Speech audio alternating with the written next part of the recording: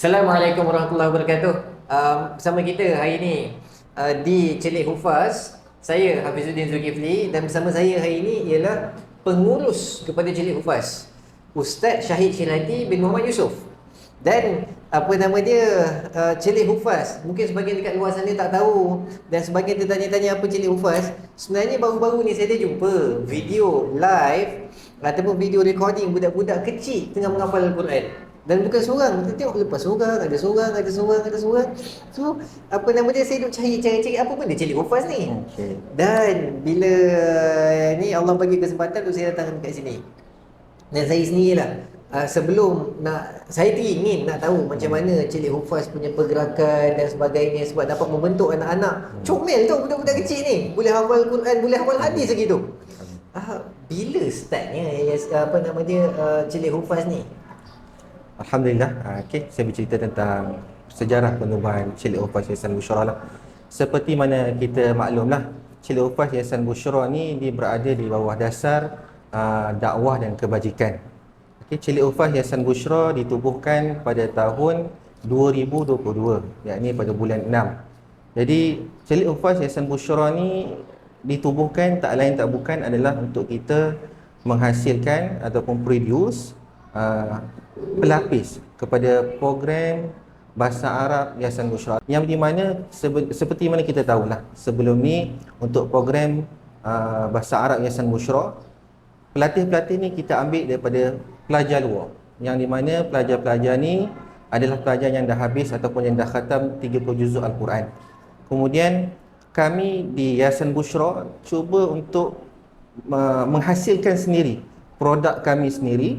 Kemudian tercetuslah idea supaya kami buat satu program yang di mana program ni kami latih anak-anak bermula daripada umur 7 tahun, dan kami bagi mereka untuk menghafal Al-Quran. So terciptalah ataupun create lah satu program yang program Celik Hufaz Yayasan Busyra. Celik Hufaz Yayasan Busyra ni tujuan asalnya tak lain dan tak bukan adalah sebagai pelapis ataupun mencari kader yang bakal menjadi perintis kepada para pelatih program Bahasa Arab Yayasan Busyra. Jadinya penubuhan seperti saya cakap tadilah, penubuhannya bermula pada bulan 6 tahun 2022 ataupun yang bersama dengan tahun lepas lah. Itu secara ringkas, orang kata permulaan ataupun sejarah bagaimana bermulanya Celik Hufaz Yayasan Busyra. Okey, kiranya kalau nak cerita dekat sini, Celik Hufaz di bawah Yayasan Busyra. Betul. Okey. Dan di program Bahasa Arab kita ada anak-anak yang lebih remaja macam tu. Betul. Okey. Dan budak-budak ataupun anak-anak adik-adik yang dekat Celik Hufaz berumur 7 tahun ni, dia akan bentuk dengan hafal Al-Quran dan sebagainya untuk orang kata jadi apa nama dia, pelapis. Betul. Akan datang. Okey. Dan alhamdulillah sedikit sebanyak dapat nampak macam mana gambaran cerita berkenaan hala tuju anak ni nanti. Dan saya tertanya-tanya, macam mana strategi dekat Celik Hufaz ni, Ustaz Syahid sebagai pengurus untuk membentuk anak-anak ni, sebabnya bukan senang tau nak budak seawal 7 tahun dah boleh hafal Al-Quran, seawal 7 tahun dah boleh hafal hadis, dah boleh faham juga tau. Okey, nak minta Ustaz cerita sikit macam mana. Okay, cuma mungkin saya nak tambah sikit lah. Mungkin tadi ada kekurangan sikit, saya nak tambah sikit. Berkenaan dengan program Celik Hufaz Yayasan Busyra kita ni, kita punya target untuk program Celik Hufaz Yayasan Busyra ni, kita target 4 tahun. Yang di mana kita punya matlamat kita bukan short term.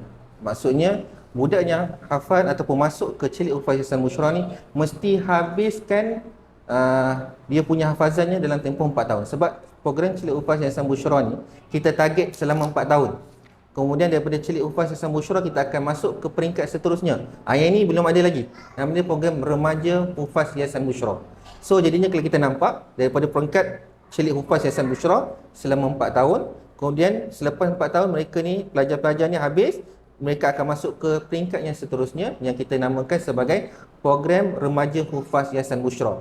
Program Remaja Hufaz Yayasan Busyra ni kita akan berlangsung selama 3 tahun. Kemudian barulah mereka ni akan diserapkan ke peringkat yang seterusnya, itu menjadi pelatih kepada program Bahasa Arab Yayasan Busyra. Kita berbalik kepada Celik Hufaz Yayasan Busyra tadi. Jadinya untuk tempoh pengajian selama 4 tahun.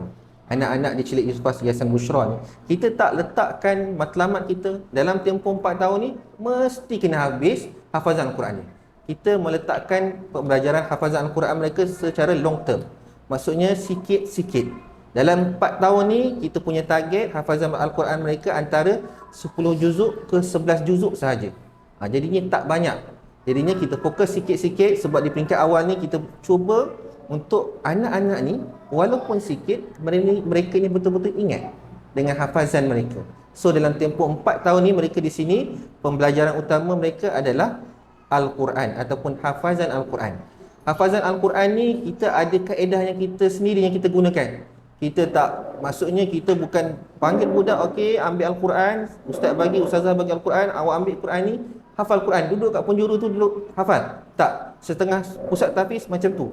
Tapi kita di Celik Hufaz Yayasan Bushra, kita ada kaedah kita sendiri yang kita namakan kaedah sistematik hafazan Al-Quran Al-Bushrawi, yang di mana pelajar-pelajar ni apabila mereka menghafal Al-Quran, mereka akan ikut step ataupun follow kaedah ni, yang mana guru akan terangkan, guru hafazan akan menerangkan bagaimana cara nak gunakan kaedah ni. Dengan kaedah ni pelajar-pelajar kita ni akan didedahkan dengan kaedah gundalan. Kaedah gundalan ni apa maksudnya? Kaedah gundalan ni adalah kaedah untuk membantu pelajar Celik Hufaz Yayasan Bushra untuk merekod sendiri bagaimana cara ataupun kaedah mereka menghafal Quran. Sebab setengah orang mereka menghafal Quran, mereka tak tahu kaedah. Macam mana Macam mana kita nak hafal Quran? Dia orang tak ada pengalaman, tak ada experience. So bila mereka melihat contoh kita bagi satu Quran terus, mereka melihat Al-Quran yang tebal tu, first kali mereka kata, tebalnya Quran. Dia akan, orang kata, dia punya motivation dia akan rasa down. So dengan kaedah sistematik hafazan Al-Quran Al-Bushrawi ni, kita ada kaedah dia, ada step dia sendiri, dan pelajar-pelajar ni melalui kaedah ni, yang di mana pelajar-pelajar ni kita akan menyuruh mereka untuk menghafal juzuk 30, juzuk yang senang-senang. Kemudian sudah habis juzuk 30, mereka akan berpindah ke step seterusnya untuk menghafal surah-surah pilihan. Surah-surah pilihan ni kita letakkan 4 surah sahaja. Yang pertama surah Yasin, surah As-Sajadah, surah Ar-Rahman dan juga surah Al-Waqi'ah. Surah-surah yang pendek. Okey, jadinya bila dah habis untuk peringkat seterusnya ataupun fasa yang seterusnya, barulah mereka akan menghafal ke juzuk 29. Habis juzuk 29 barulah mereka masuk ke juzuk 1 sampailah ke juzuk 28. Ada sebabnya kenapa kita buat macam ni. Tak lain tak bukan tujuannya untuk create motivasi pada pelajar tersebut. Sebab dengan kaedah ni kita cuba latih pelajar untuk pupuk minat pelajar untuk menyatakan bahawasanya hafal Al-Quran ni senang je, bukannya susah. Okey, dengan kaedah ni membantu anak-anak kita untuk menghafal Al-Quran. Bagaimana cara start untuk hafal Al-Quran? Sebab Celik Hufaz Yayasan Bushra memang matlamat kita adalah untuk pelajar-pelajar kita ni hafal Al-Quran. Akademik tu ada, bukannya tak ada. Tapi akademik kita ni sekadar orang kata basic, 3M, konsep 3M orang kata. Membaca, menulis, mengira. Kami di Celik Hufaz Yayasan Bushra, matlamat utama kami adalah Al-Quran. Kami nak anak-anak ni menghafal Al-Quran, didedahkan dengan Al-Quran. Bahkan di Celik Hufaz Yayasan Bushra ni, bukan saja anak-anak ni kena menghafal Al-Quran, bahkan kami dedahkan juga secara basic, secara orang kata asas, bagaimana nak memahami bacaan dalam solat. Contoh Al-Fatihah. Berapa ramai orang kat luar sana yang boleh membaca Al-Fatihah tapi sayang tak faham apa maksud Al-Fatihah. So kami di Celik Hufaz Yayasan Bushra cuba untuk bukan saja Al-Quran, kami juga mengajar kepada anak-anak ni supaya mereka ni boleh menterjemah ataupun memahami secara ringkas bacaan-bacaan dalam solat. Okey, kemudian juga kami di Celik Hufaz Yayasan Bushra, kami merasakan bahawasanya pengajian Al-Quran dan As-Sunnah tak boleh dipisahkan. So kami masukkan juga mata pelajaran hadis. Tujuan kita nak seiringkan Al-Quran dan hadis, yang di mana hadis ni bukanlah panjang-panjang. Kami cari hadis-hadis yang pendek. Kami latih anak-anak ni untuk menghafal hadis, sebab hadis ni pun berkaitan dengan akhlak mereka. So bila anak-anak ni hafal hadis dan mereka tahu, rupanya hadis ni menceritakan tentang akhlak memberi salam. So tak lain, jadinya benda ni boleh merangsang diri dia. Aku hafal tentang hadis. memberi salam. So lepas ni kalau jumpa orang, Assalamualaikum. Kan? Sentiasa melazimi apanya dia dah belajar dalam kelas. Itu tujuan kita. So akademik macam bahasa Melayu, bahasa Inggeris, matematik dan sebagainya tu bukan tak belajar, ada belajar. Cuma kita secara ringkas ataupun secara basic. Maksudnya kita tak terlalu berat itu. Kami memang matlamat kami yang pertama adalah hafazan Al-Quran. Kami nak dedahkan anak-anak ni menghafaz Al-Quran. Selama tempoh 4 tahun, kami target anak-anak ni hafal Al-Quran di antara 10 ke 11 juzuk, lebih kurang macam tu.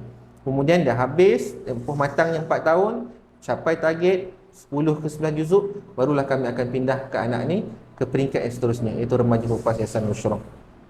Kemudian untuk celik hufaz yasan musyarah ni juga, kami mengambil pelajar-pelajar ni bermula daripada umur 7 tahun. Target ni umur budak 7 tahun lah. Okay? Umur 7 tahun ni kami punya syarat budak ni mesti boleh baca Al-Quran. Kenapa buat macam tu? Kami letakkan syarat macam tu. Kami, sebab bila nak menghafal Quran, syarat utama untuk hafal Quran adalah boleh membaca Al-Quran. Bila dia boleh membaca Al-Quran, jadi senang. Dia dekat sini boleh terus untuk menghafal Quran. Bukan tak ada pelajar yang Iqra, ada. Kami terima special case lah. Ada pelajar-pelajar yang tertentu yang kami didik dia daripada Iqra, dan Alhamdulillah sekarang ni dah mula menghafal Al-Quran. Itu secara gambaran lah bagaimana perjalanan celik hufaz yang saya boleh ceritakan. Okey, kalau tengok budak-budak ni dalam masa yang singkat nak kena hafal 10 juzuk, 11 juzuk bukan. Oi, kita pun tak boleh ni. Dan okey, bila tengok untuk saya sebagai orang luar, saya nampak ini satu cita-cita yang besar. 10 juzuk, 11 juzuk. Masa pembelajaran budak ni bila pula? Tiap-tiap hari ke? Ataupun Isnin sampai Jumaat ke? Macam mana budak-budak ni punya pembelajaran, Ustaz? Masa dia. Masa tentang pembelajaran anak-anak di celik hufaz yasan musyarah ni, kami ni dari segi cuti, kita cerita tentang cuti dulu. Cuti ni sebab orang memang minat tentang cuti ni. Siapa yang tak minat cuti? Budak-budak sendiri pun minat cuti. Kita cerita tentang cuti. Cuti kami di celik hufaz yasan musyarah ni, kami tak sama dengan cuti-cuti orang di luar sana ataupun ikut kalender lah senang cerita. Okey. Celik hufaz yasan musyarah ni kami memang kurang cuti. Sebab memang kami merasakan untuk pelajar-pelajar menghafal Al-Quran tidak perlu kepada banyaknya cuti. Bila banyak cuti memang akan memberi kesan kepada hafazan mereka. Sebab cabaran dia apabila dia bercuti, dia duduk di rumah. Bila duduk di rumah ni macam-macam boleh jadi. Handphonenya, TV-nya, itu satu. Kemudian nak keluar ke sana kemari ikut mak ayah dan sebagainya kan. Okey, itu tentang cuti. Memang kami punya cuti tak sama macam orang kat luar. Tapi untuk cuti mingguan, kami punya cuti Jumaat dan hari Sabtu. Okay, masa pembelajaran pula kami akan bermula daripada pukul 8 pagi. Maksudnya pelajar-pelajar ni datang ke sekolah ataupun datang ke kelas bermula pukul 8 pagi. Mereka akan menjalani proses pembelajaran daripada pukul 8 pagi sampai pukul 12.30 tengah hari. Okay. Kemudian selebihnya masa mereka akan di rumah. Masa mereka banyak di rumah. So kenapa kita buat macam tu? Tak lain tak bukan, kita nak involvekan ibu bapa turut bersama-sama dengan pihak kita ataupun pihak ni lah, pihak celik hufaz yasan musyarah, sama-sama berganding bahu untuk melahirkan pelajar yang menghafaz Al-Quran, yang di mana pelajar-pelajar ni mak bapak pun ada air tangan dia, guru pun ada air tangannya. So jadinya anak-anak ni waktu pembelajaran ni memang tak lama lah, 8, 9, 10, 11, 12, lebih kurang 12 jam lah. Setengah jam tu orang kata untuk rehat lah kan. Jadinya 4 jam ni mereka akan di kelas untuk mereka belajar hafaz Quran dan juga ada sikit sisi akademik dia orang. So yang selebihnya mereka ni akan pulang di rumah. Kenapa kita mampu buat macam ni?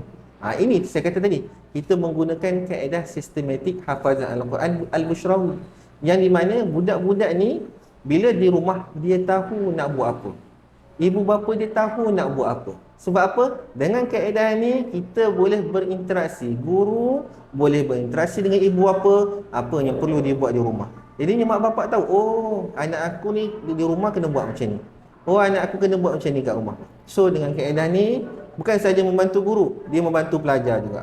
Membantu ibu bapa juga. Sebab ibu bapa, sebab kita kata tadi, macam saya katakan tadi, kita nak ibu bapa juga memainkan peranan dalam mendidik anak supaya anak ni menjadi orang yang hafiz Al-Quran. Sebab kita nak ada kerjasama antara pihak guru ataupun pihak pengurusan kita dan juga daripada pihak ibu bapa.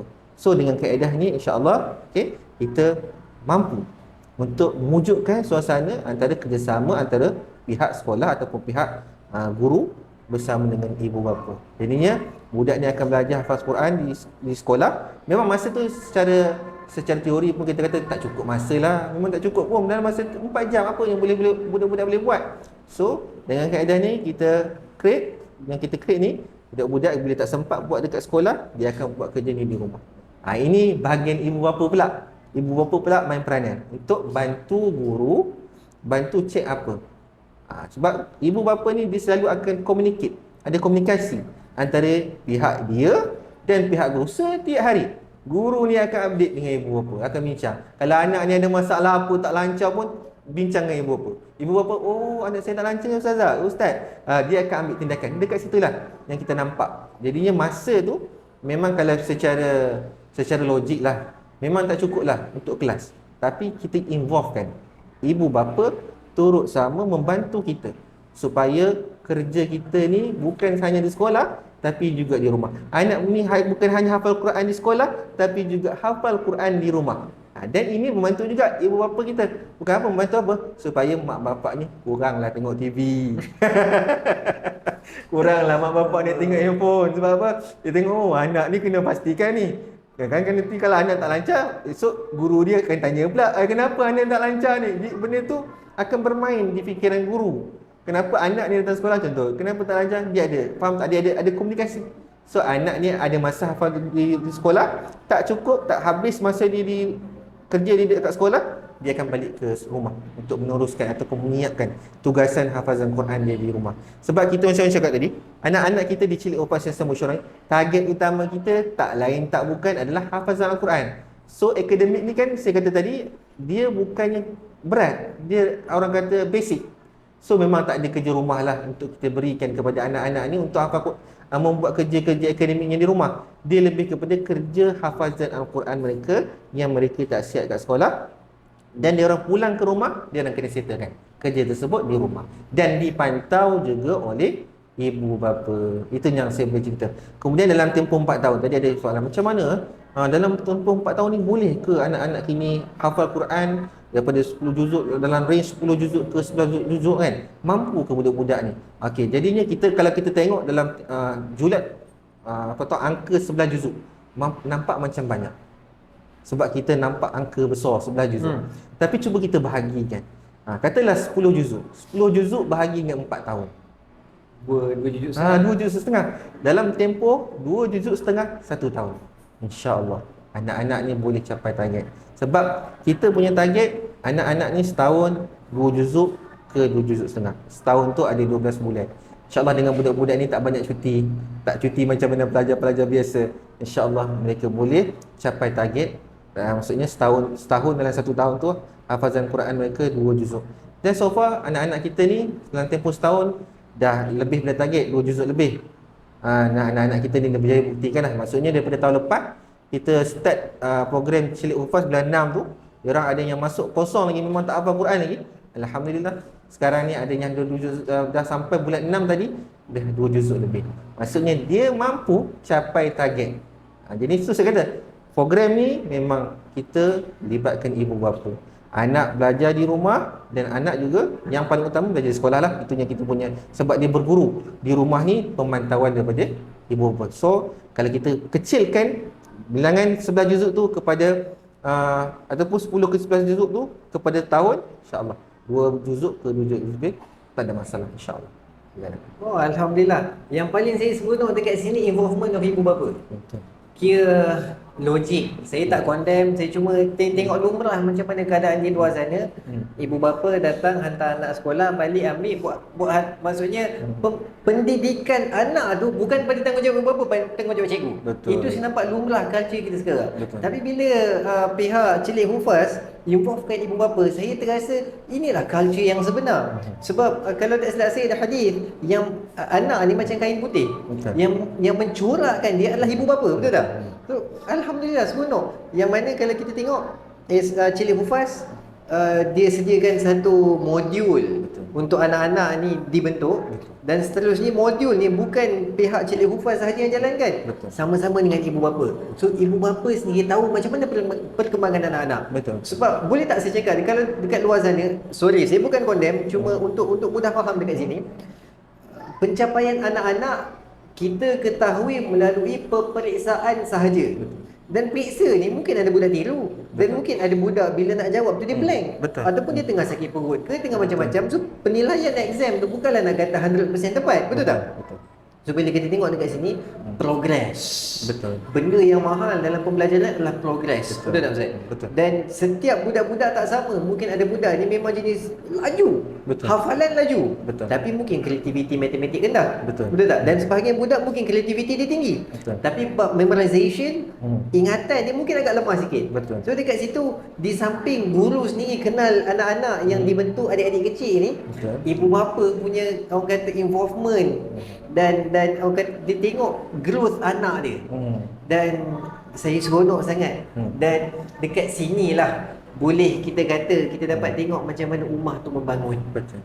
Sebab institusi yang membentuk ummah, dia bermula daripada institusi kekeluargaan di rumah. Macam mana kalau bayangkanlah rumah yang penuh dengan Al-Quran, macam mana barakah yang Allah akan turunkan. Saya kat sini, saya datang nak tanya Ustaz, saya pula cerita. Ya Allah, seronoknya bila Ustaz buat pecahan tadi daripada 10 juzuk, 11 juzuk, kita pecah kepada kecil-kecil. Saya rasa ini possible. Logik. Ustaz sendiri cakap walaupun baru setahun, setahun lebih sikit, hasil tu kita dah nampak. Seronok Ustaz. Dan bila kita tengok pada hasil ni, saya tak pelik. Masyarakat dekat luar sana pun nak tahu, nak tengok juga macam mana perkembangan anak-anak ni. Yelah, guru-guru dah dapat tengok, ustazah dapat tengok macam mana perkembangan anak-anak ni, ibu bapa dapat tengok, masyarakat dekat luar sana pun nak tengok juga macam mana perkembangan anak-anak ni daripada hari ke hari. Macam mana kalau masyarakat dekat luar sana nak tengok, orang kata bukan nak kata adegan, telatah budak-budak ni. Macam mana Ustaz? Okey. Berkenaan dengan soalan tersebut, kami di Cik Hufaz Yayasan Bushra, kami melakukan ataupun buat rakaman live setiap hari untuk menunjukkan kepada para penginfak lah, terutama orang yang sentiasa menginfak kepada kami. Sebab kami nak transparent.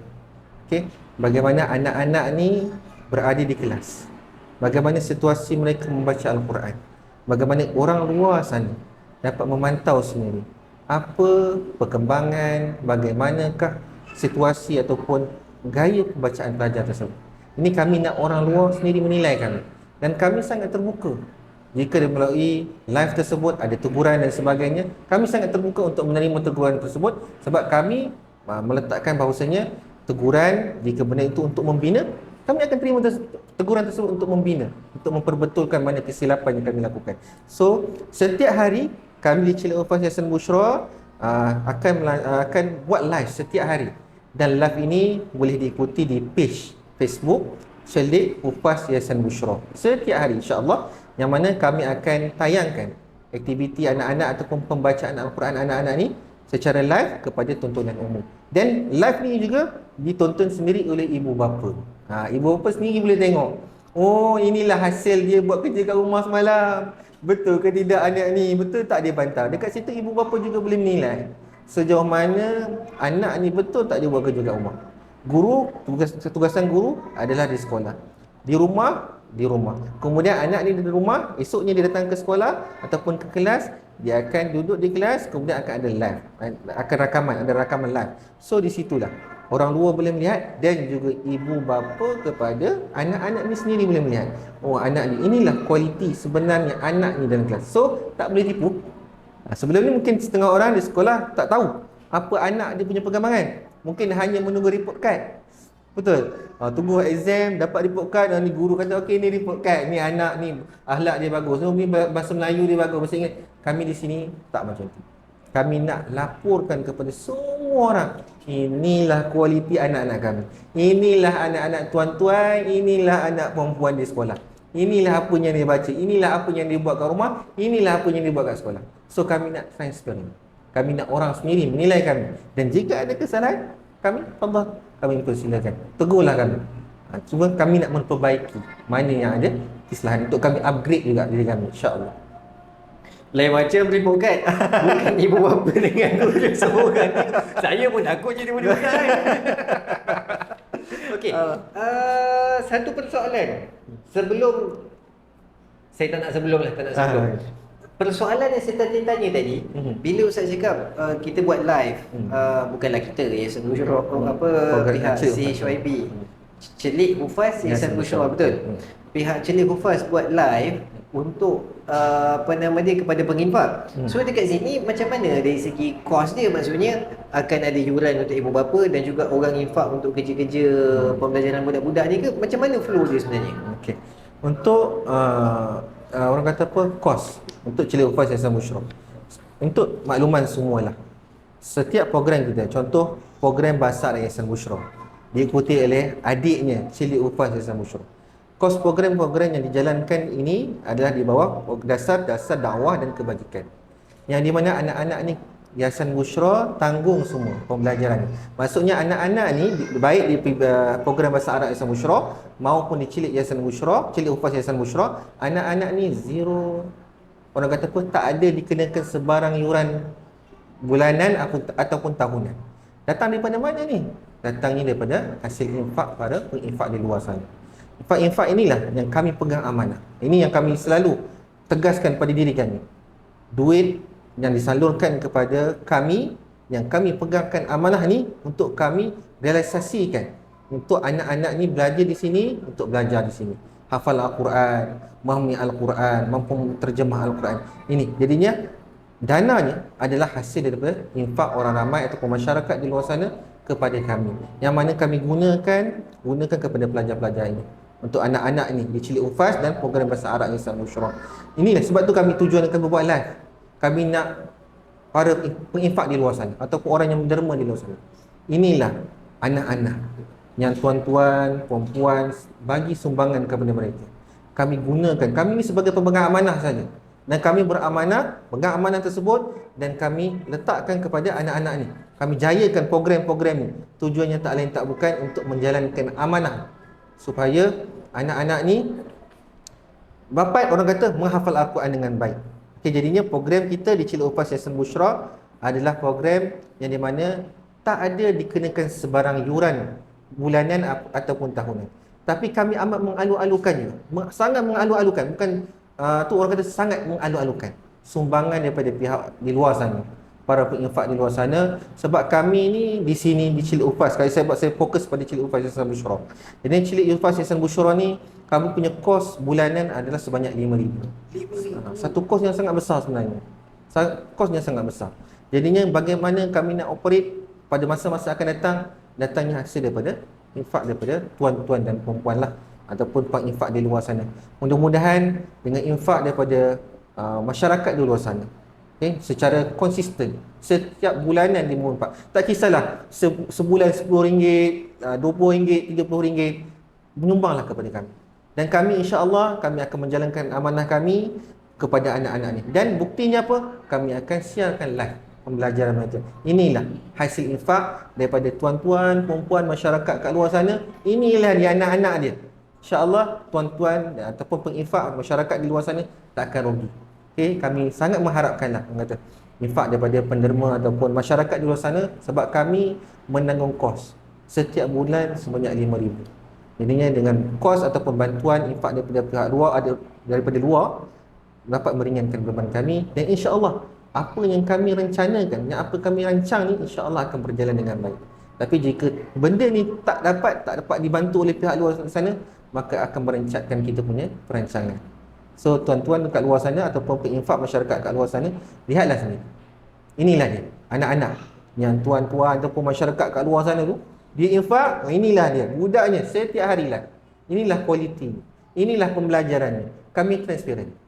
Maksudnya kami nak orang kat luar sana yang menderma ni tengok sendiri. Oh inilah, dia rasa seronok. Oh seronoknya. Inilah anak-anak yang aku selalu bantu. Dia rasa bila tengok setiap hari live tu, dia rasa oh inilah anak-anak ni.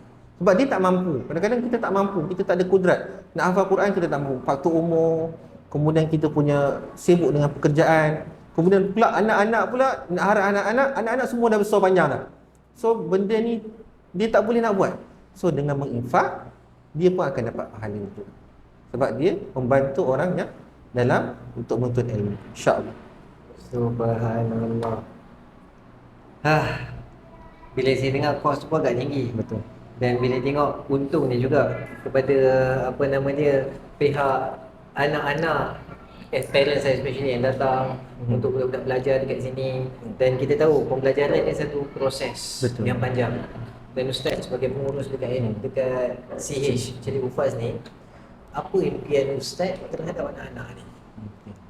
Impian saya sebagai seorang yang menguruskan Cili Hufaz yang susah, saya berharap yang pertama sekali anak-anak ni menjadi orang yang bertakwa.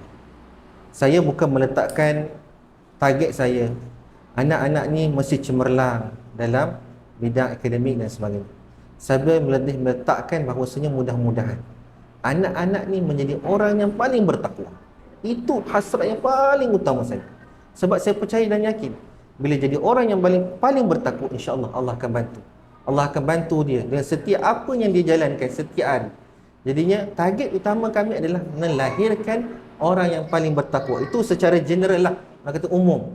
Dan untuk orang kata secara khasnya, apa yang saya harapkan adalah anak-anak dari Cili Hufaz Yayasan Bushra ni bakal menjadi perintis ataupun pelapis kepada para pelatih kita di program Bahasa Arab, Yayasan Bushra ataupun PBAYB. Sebab pelatih-pelatih ni habis pengajian selama 2 tahun mereka akan keluar. Anak-anak inilah yang ni akan menyambung legasi kepada para pelatih program Bahasa Arab Yayasan Bushra.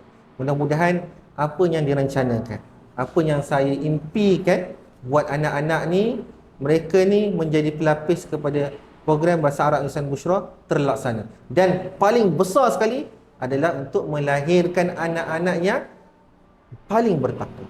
Itu yang paling sangat saya impikan sebenarnya. Sebab akademik bijak, orang kata bijak atau bijak dan tak pandai, orang kata ini kita nilai secara kertas peperiksaan. Kita tengok dia periksa, okey ni bagus, dapat A, dapat B, C, itu nilai dari segi peperiksaan. Tapi dari segi akhlaknya, dari segi ketakwaannya, benda tu sebenarnya yang paling utama. Sebab orang yang paling bertakwa ni yang sebenarnya akan mendapat bimbingan daripada Allah Subhanahu Wa Taala. Wallahu a'lam. Saya ingat doa Nabi Ibrahim. Jadikan zuriatku pemimpin kepada golongan bertakwa. Betul. Dan saya pun doakan dekat Cili Hufaz ni supaya anak-anak ni keluar memang mencapai matlamat orang kata impian Ustaz. Tak ramai orang nak bercita-cita anak-anak keluar bertakwa tau. Ramai dia keluar anak sertifikat cantik with flying colours. Betul. Tapi core dalaman tak banyak. Dan bila tengok pun, saya sembang dengan owner-owner bisnes yang besar sebagainya, ataupun top management pengurus-pengurus besar, result, hasil, skill nombor satu. Yang kedua, karakter, integriti dan sebagainya. Dia kata mahal lagi integriti, mahal lagi karakter. Skill kau boleh belajar, tapi benda dah jadi habit kau, benda kau tak ada Allah, susah sangat ubah. Bila Ustaz fokus pada takwa tu, saya sangat seronok sangat. Ini pada anak-anak dan pada masyarakat saya. Apa Ustaz punya impian? Apa Ustaz punya harapan terhadap masyarakat kita sekarang?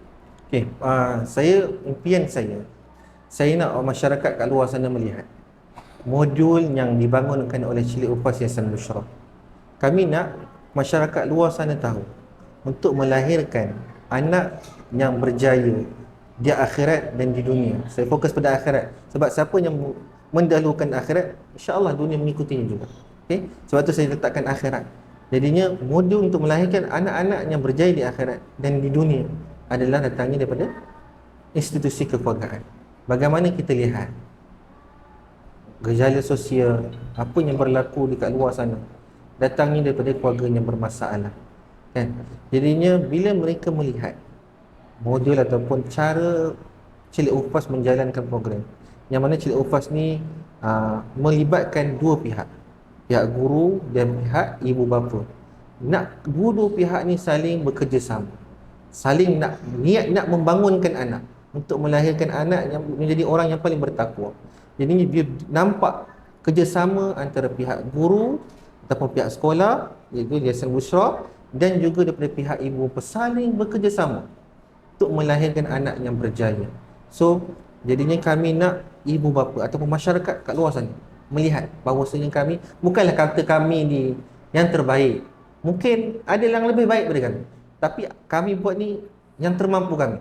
Kami nak buka mata masyarakat kat luar bahawasanya anak-anak ataupun perkara ataupun terjadinya perkara-perkara sosial atau jala sosial ni datangnya daripada keluarga yang bermasalah. Jadinya bila keluarga bermasalah, bagaimana kita nak anak ni berjaya. So dengan adanya program Cilik Hufaz Yayasan Bushra ni, lihat sendiri bagaimana kami di Cilik Hufaz Yayasan Bushra saling bekerjasama dengan ibu bapa, saling berganding bahu untuk melahirkan anak yang menjadi anak yang paling bertakwa. Itu harapan saya kat masyarakat, supaya ada kerjasama.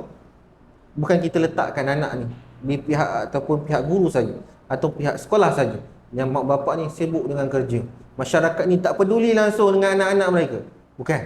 Nak menjadikan anak yang terbaik, masyarakat, ibu bapa kena saling bekerjasama dengan pihak sekolah, pihak guru, supaya apa yang mereka inginkan pada anak, insya-Allah terrealisasi. Itu yang kita nak. Itu harapanlah kepada masyarakat di luar sana.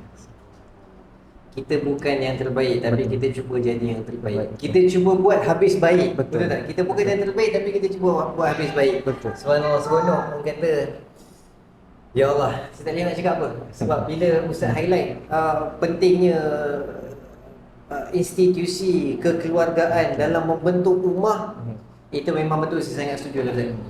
Dan saya nak memanfaatkan ruang ni juga dekat masyarakat kat luar sana yang mana dah tengok video ni ataupun mula mengenali Cilik Hufaz, tengok live Facebook, betul Facebook, Betul. Cilik Hufaz Yayasan Bushra, betul. tiap-tiap hari Ahad hingga kepada hari Khamis. Betul.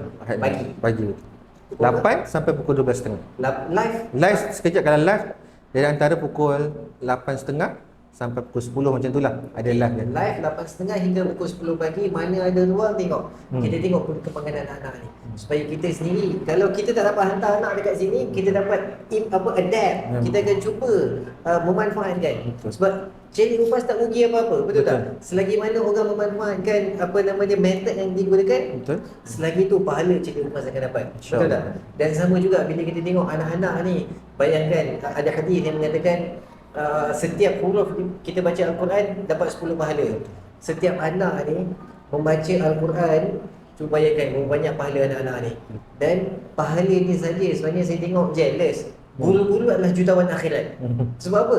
Setiap huruf, setiap perkataan, setiap ayat Al-Quran yang anak-anak dibaca, guru dia mengajar, guru dia dapat setiap saham. Anak ni contoh dapat 10,000 pahala, guru dapat 10,000 pahala. InsyaAllah. Anak, 3 orang anak, 30,000 dah guru dapat. Orang kata ini satu investment yang berbaloi.